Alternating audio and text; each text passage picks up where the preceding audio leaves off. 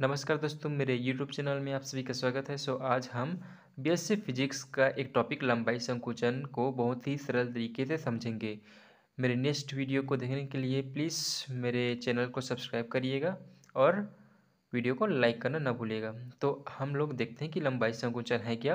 यहाँ पर देखते हैं, जैसे माना एक छड़ है, माना एक छड़ फ्रेम P के सापेक्ष, ठीक है, एक छड़ है जो फ्रेम P के सापेक्ष एक्स अक्ष के अनुदिश v चाल से गति कर रहा है। ठीक है, एक छड़ है, एक छड़ गति कर रहा है v चाल से। ठीक है, फिर माना फ्रेम p डैश छड़ के साथ गति कर रहा है। फर्स्ट में देखिए, फर्स्ट वाला में छड़ गति कर रहा है, इसमें फ्रेम गति नहीं कर रहा है।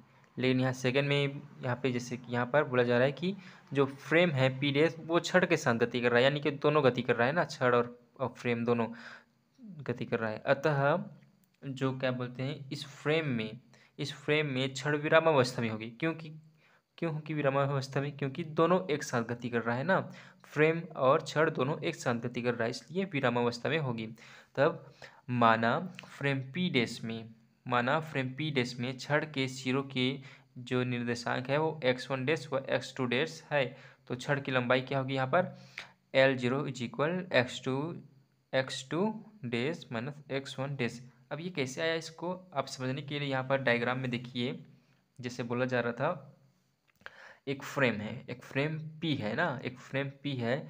इसमें क्या है, वो जो कुछ यहाँ पर एक छड़ है, मान लीजिए फ्रेम P में एक छड़ है, फ्रेम P में एक छड़ है जो कि x अक्ष के अनुदिश, इस x अक्ष के अनुदिश v चाल से गति कर रहा है, इधर गति कर रहा है। ठीक है, और इसमें देखिए, इस p डैश फ्रेम जो है, वो p डैश फ्रेम जो है एक छड़ है, इस छड़ के साथ में गति कर रहा है, इसलिए ये विरामावस्था में है। ठीक है, तो यहाँ पर बोला गया जैसे कि जो फ्रेम p डैश में जो छड़ के सिरों की लंबाई, ये छड़ है ना, छड़ के सिरों की लंबाई यहाँ पर x1 डैश और x2 डैश है। तब जो छड़ की लंबाई, सॉरी, ये सिरों के निर्देशांक है ना, छड़ के सिरों के निर्देशांक क्या है? x1 डैश और x2 डैश है, और इसकी लंबाई क्या है? L0 है। L0 यानी कि x2 dash minus x1 dash है, उसी को बोला जा रहा था। फिर आगे हम लोग यहाँ पर देखते हैं, यदि किसी क्षण टी पर क्या होगा, फ्रेम P में छड़ के सिरों के x निर्देशांकों x1 व x2 हो, तो इस फ्रेम में छड़ की प्रेक्षित लंबाई, यानी कि यहाँ पर देखिए, यहाँ पर जैसे यहाँ पर छड़ है ना, फ्रेम P डैश में छड़ है, इसके निर्देशांक क्या होगा इस छड़ का? x1 और x2। तो छड़ की प्रेक्षित लंबाई क्या होगी यहाँ पर? L is equal x2 minus x1। उसी अनुसार यहाँ पर जैसे कि हमने देखा डायग्राम में, जो देखे यहाँ पर जैसे आया था फ्रेम P डैश के लिए, है ना, फ्रेम P डैश के लिए छड़ की लंबाई यहाँ पर L0 आया था, इस प्रकार से, उसी प्रकार से ये फ्रेम P के लिए है। ठीक, अब यहाँ पर हम लोग देखते हैं लॉरेंज रूपांतरण से। लॉरेंज रूपांतरण समीकरण का उपयोग करके हम लोग यहाँ पर देखते हैं कि जो फ्रेम P डैश है, फ्रेम P डैश के छड़ के एक सिरा है x1 डैश, उसको यूज़ करके यहाँ पर देखते हैं, है ना, x1 dash is equal 1/√1 minus V square upon C square into x1 minus V T. अब हम आगे और देखते हैं इसको। अब यहाँ पर देखिए, जैसे कि हमने x1 डैश का देखे थे, अब यहाँ पर x2 डैश के लिए x2 dash is equal 1/√1 minus V square upon C square into x2 minus V T. जैसे कि फर्स्ट में देखे थे x1 dash is equal 1/√1 minus V square upon C square into x1 minus V T देखे थे ना, x1 के लिए। अब यहाँ पर ये x2 के लिए, यहाँ पर ये हो गया x2 डैश, यहाँ पर x2, इस प्रकार से हो जाएगा। अब यहाँ पर क्या करना है, x2 dash minus x1 dash, यानी कि जो x2 डैश है ये वाला वैल्यू को किससे घटाना है? x1 डैश का जो वैल्यू था उससे घटाना है। तो ये हो गया हमारा ये x2 डैश का वैल्यू, और यहाँ पर जो दिया है ये x1 डैश का वैल्यू हो गया। ठीक है, अब यहाँ पर क्या करना है, ये वाला वैल्यू को इससे गुणा करना है और इससे भी गुणा करना है, ये वाला वैल्यू को इससे गुणा करना है और इससे भी गुणा करना है। तो हमने यहाँ पर गुणा किया है, देखिए ये वाला को इससे गुणा करने पर इस प्रकार का एक आ जाएगा मान, फिर इसी को माइनस वी टी से गुणा करने पर इस प्रकार से माना जाएगा। अब ये वाला जो वैल्यू है x1 से गुणा करने पर ये आ जाएगा, सॉरी ये x1 है, ठीक। अब इसी वैल्यू को माइनस वी टी से गुणा करने पर, जैसे कि यहाँ पर माइनस है और यहाँ पर माइनस है, तो ये हो जाएगा plus 1/√1 minus we square upon C square and V T हो जाएगा। अब यहाँ पर कैंसिल क्या होगा, ये वाला कैंसिल होगा, ये वाला कैंसिल होगा, ठीक है। अब बचेगा क्या, ये वाला दोनों वैल्यू बच रहा है। दोनों वैल्यू में कॉमन क्या है, नीचे वाला जो मान दिया है ना, तो उसको हम लोग एक साथ ले लेंगे,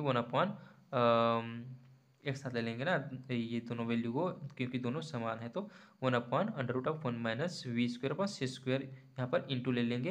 अब ये x2 का ये x2 होगा, ये माइनस का यहाँ पे माइनस रख लिए, और ये x1 का यहाँ पर x1 हो गया, ठीक है। अब देखिए यही वाला वैल्यू को इन दोनों के साथ गुणा करने पर क्या हो जाएगा, यही वाला वैल्यू प्राप्त हो जाएगा। तो ये हो गया हमारा। अब आगे देखते हैं। अब ये जैसे कि हमने देखा था कि x2 dash minus x1 dash is equal L0, देखे थे ना, जो छड़ की लंबाई है ना, वही है ये छड़ की लंबाई, यानी कि ये इसका वैल्यू क्या आ जाएगा L0। फर्स्ट में देखे तो आप वीडियो को यूज करके देख सकते हो, ठीक है। तो ये इसका वैल्यू हो गया L0 इज इक्वल, फिर ये वाला value 1/√1 minus we square upon C square. अब ये वाला जो वैल्यू था वो क्या था, वो छड़ पी के लिए, जो छड़ पी के लिए है ना, उसकी लंबाई क्या था L, ये वाला x2 माइनस x1, तो ये लंबाई क्या था L था, तो ये हो गया L। अब आगे देखते हैं, ये वाला जो वैल्यू है इसको हम लोग किस प्रकार से लिख सकते हैं, 1 minus we square upon C square का वर्ग 1/2 है ना, इस प्रकार से लिख सकते हैं। तो ये वाला जो वैल्यू आएगा वो इधर चला जाएगा, गुणा हो जाएगा इस L0 के साथ, तो ये हो जाएगा इसका वैल्यू, एंड इधर रहेगा इक्वल L। अब इसी को इस प्रकार से लिख सकते हैं, L इज इक्वल क्या लिख सकते हैं, L0, ये वाला वैल्यू है, इस प्रकार से लिख सकते हैं। अब यहाँ पर देखना क्या है, जो L है ना, जो ये वाला L है वो छोटा है इस L0 से, यानी कि ये जो L0 है ना वो बड़ा है इससे, यानी कि यहाँ पर क्या रिजल्ट निकल रहा है, रिजल्ट निकल रहा है कि जो प्रेक्षक द्वारा मापी गई जो छड़ है ना, प्रेक्षक द्वारा जो मापी गई छड़ की लंबाई L है, जो L है जिसके सापेक्ष सापेक्ष छड़ की गति की अवस्था में है ना, तो वो उसकी जो वास्तविक लंबाई है L0 उससे कम होगी, ठीक है, उससे कम होगी, L0 से कम होगी। इस प्रकार से यहाँ पर जो बोला जा रहा है L लेस देन L0, ठीक। तो हम लोग देख रहे थे अभी, क्या देख रहे थे, हम लोग देख रहे थे लंबाई संकुचन, जो कि बीएससी फिजिक्स का एक टॉपिक है, एक इम्पॉर्टेंट टॉपिक है। यहाँ तक आपको देखना था लंबाई संकुचन का। आई होप कि आप सभी को समझ में आया होगा। अगर वीडियो आपको अच्छी लगी हो तो प्लीज़ मेरे वीडियो को लाइक करें और चैनल को सब्सक्राइब करना ना भूलें। धन्यवाद गाइस।